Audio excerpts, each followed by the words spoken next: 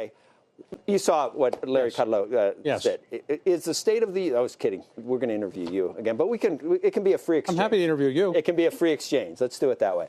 So he was very bullish. We've had, at the same time, Paul Tudor Jones and Ray Dalio with a plethora of issues that they see with the future, whether it's debt or whether it's income inequality. Where are we really, do you think, objectively? Well, as Dizzy Dean, the famous pitcher, said, you know, it's not really bragging if you actually can deliver.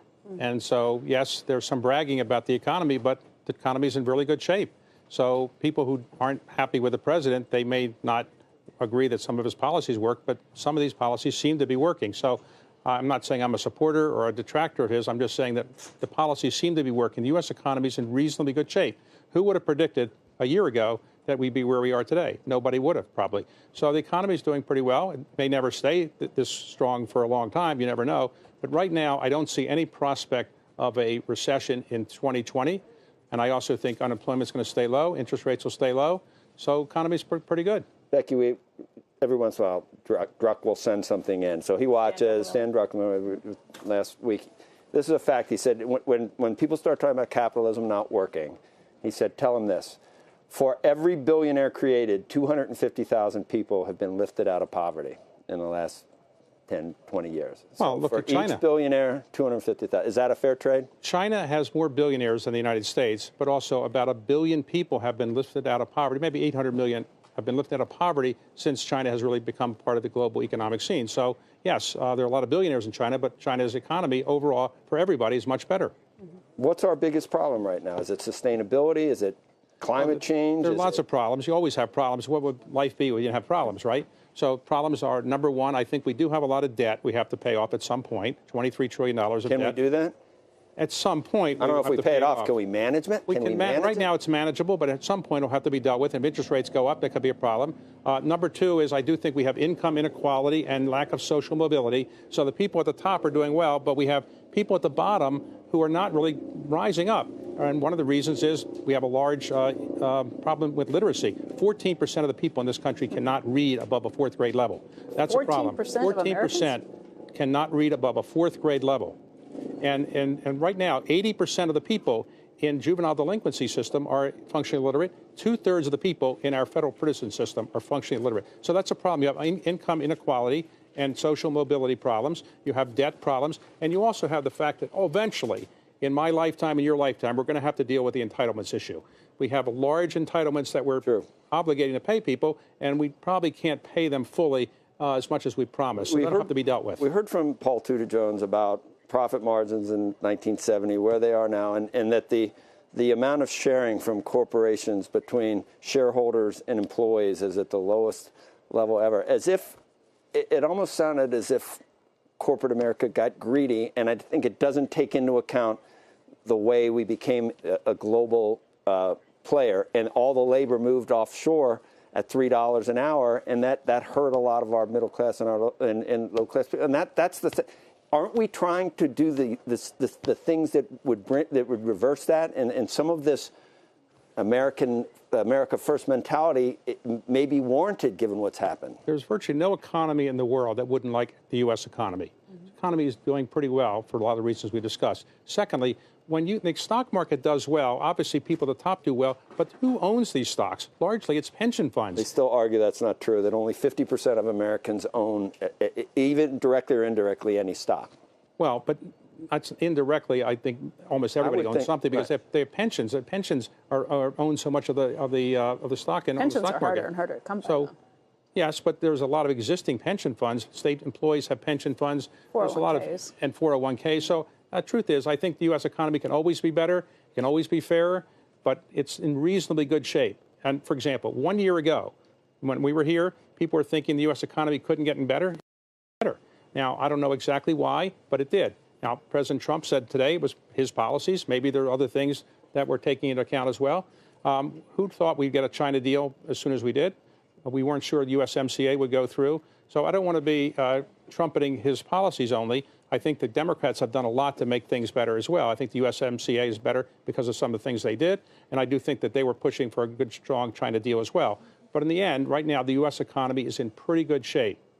So, Well, I was just going to say, Brian Moynihan was here earlier, Bank of America. Right. They're now paying a minimum wage of $20 an hour for every employee that's there. They do a lot of profit sharing back, $1,000 bonuses for almost the entire employee base. Well, the financial system in our country has done pretty well. Who would have thought 10 years ago that the banks would be as strong as they are now? The banks are stronger than they've ever been in their history. J.P. Morgan just had record profits. Bank of America is doing very well. All the banks are doing pretty well. And I think that's filtering down into the global economy. But I don't want to make it sound like I'm Pollyannish. We do have some challenges. But is that what you think companies need to be doing to address the inequality?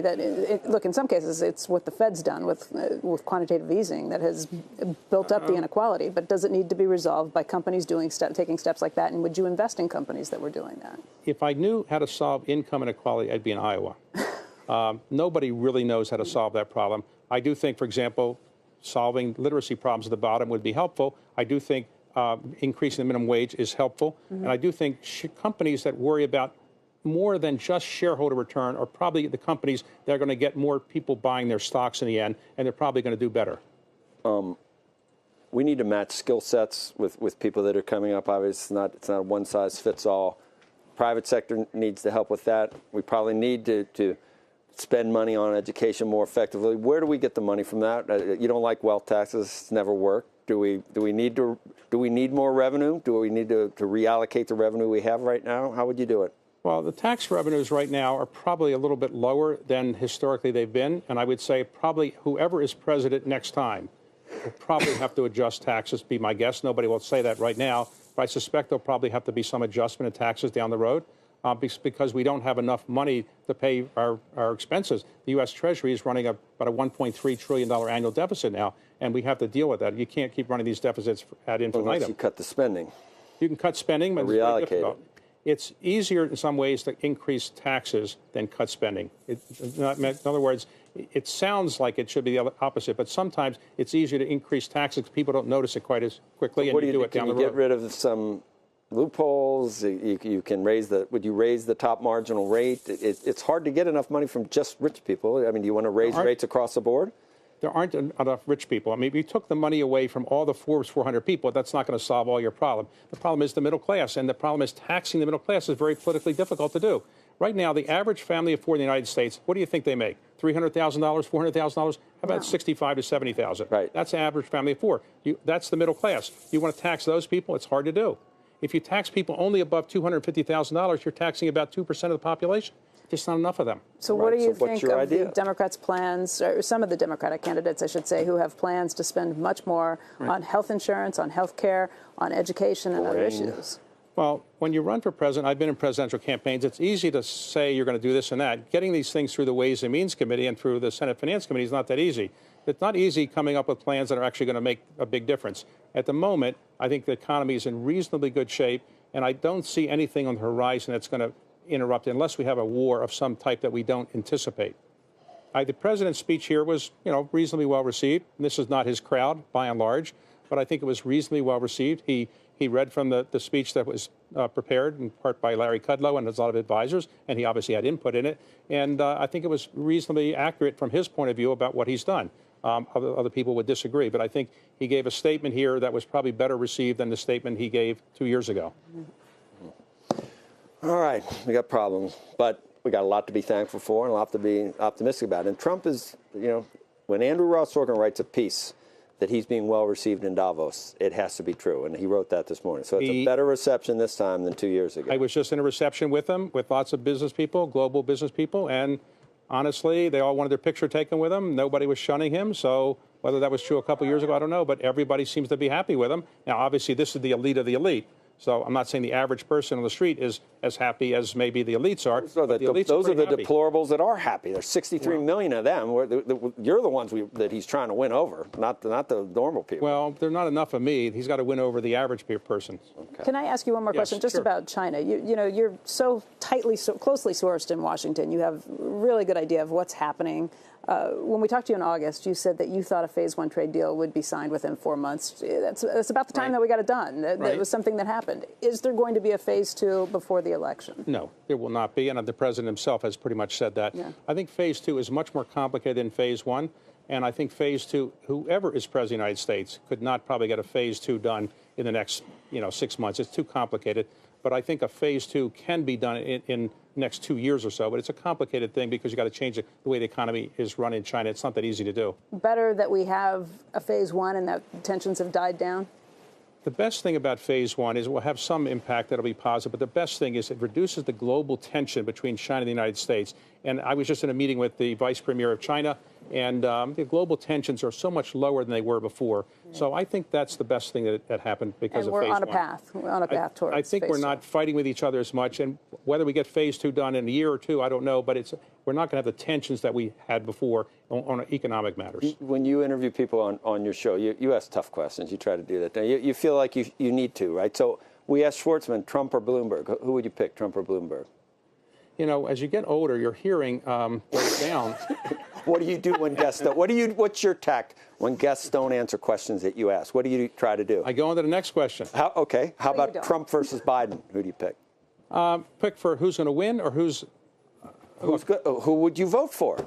Well, I generally don't like to say who I'm going to vote for because I think it's important for people to maintain some privacy. I haven't seen all the facts yet, but there's no doubt that Joe Biden would be a very strong candidate, and Mike Bloomberg. And remember, I do some things on Bloomberg TV. I'm very partial to Mike, and I think he'd be a strong candidate. So would Biden. I think unfortunately, there's no private equity person running for president right now, and that's a big problem that people in Iowa are commenting on. And that person will make sure your carried interest doesn't go away. Got it, David. Okay. All right. Excellent. Thanks a lot. I don't actually. What issue voter? I don't collect any carried interest anymore, but okay, I understand. I don't get it. All right. David, thank you very much. My pleasure. Can I come on your show sometime? Absolutely. Liar. Tomorrow. He has a live audience. I can tape it today. Anytime you want. I'm going to get. I will send you my email. All right, I can do it today. I got a camera here. Can't afford me. Think of some.